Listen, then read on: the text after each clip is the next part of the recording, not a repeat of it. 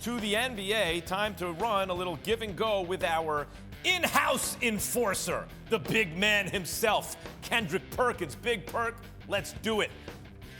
We begin with a massacre in the grindhouse. 73 points. The Memphis Grizzlies had 9 players, 9, scoring double digits and beat OKC 152-79. Kendrick, what the hell happened out there?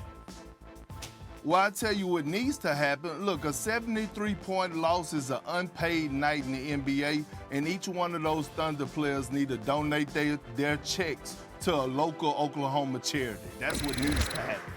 Perk, LeBron is back with the Lakers tonight after missing a game and COVID protocols over an inconclusive test. Faces off with the Clippers, both teams hovering around 500. What do you expect to see from the King tonight? Oh, you know, LeBron thrives well off of controversy. He's going to be mad. I expect greatness from LeBron James. I don't know what to expect from the Lakers because they unpredictable. Another big game on the slate tonight. The late game here on ESPN. Two of the best records in basketball face off again. Suns-Warriors. When they played Tuesday, Steph Curry had the worst shooting night of his career. And Phoenix won without Devin Booker in the second half. Perk, what do you expect tonight? I expect Steph Curry to bounce back. He won't have another shooting slump like he did. I expect the Golden State Warrior role players to play well at home. Phoenix is coming off a back-to-back. I got the Warriors winning this game tonight and ending the Phoenix Suns win streak. How much of that shooting slump, this is the worst performance of his career shooting from long range, Perk, how much of that was Mikal Bridges playing well, right? Like, how much of it was just an off night by Steph and how much it was the defense causing him a problem?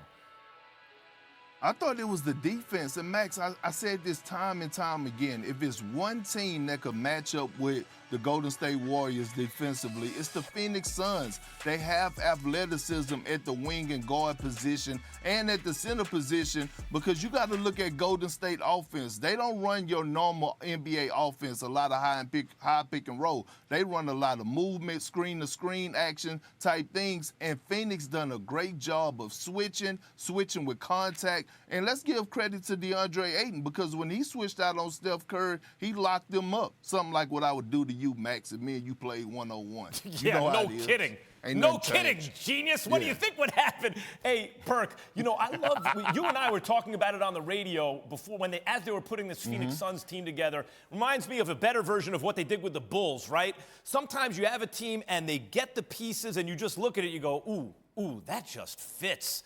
The Phoenix pieces, the backcourt, the ball handling and scoring, the pure point guard and the off guard, the forwards who don't need the ball but can shoot and defend, the developing big. Which of these two teams, therefore, the Suns that I just described or the Warriors, is best built for a postseason run? I'm going with the Phoenix Suns, Max. I'm going with the team that represented the Western Conference last year that brought everyone back and added a few pieces. A guy like JaVale McGee, a guy like Landry Shamet. They got better. And when you go through those battles of actually having a run and going to the finals, you get experience. And that's what those young guys in Phoenix got. They got experience, and they got veteran leadership in Chris Paul and Jay Crowder. And by the way, they got a hell of a head coach in Monty Williams. But you know, Perk, the Lakers in the second half of the season, once Westbrook figures it out, which always happens in the second half, he's always with a new team, we always think he's past it, then he figures it out. If they get healthy, isn't that going to be a problem? I mean, Phoenix got by him because the Lakers got hurt last year. Max, here you go being biased again, man. I know you don't mess with the Knicks, and I know the Lakers been your team. But look, the Lakers haven't looked well on both ends of the floor. And until the Lakers, this has nothing to do with health. Until the Lakers figure out how to be stars in a role, until the Lakers figure out how to sacrifice, the Lakers are going to continue to struggle. They're going to continue to struggle until guys sacrifice and buy into their roles, period. You say that I'm biased for the Lakers, as Curly from the Three Stooges used to say. I resemble that remark, Perk. The great Kendrick Perkins, ladies and gentlemen. Thanks for watching ESPN on YouTube. For live streaming sports and premium content, subscribe to ESPN Plus.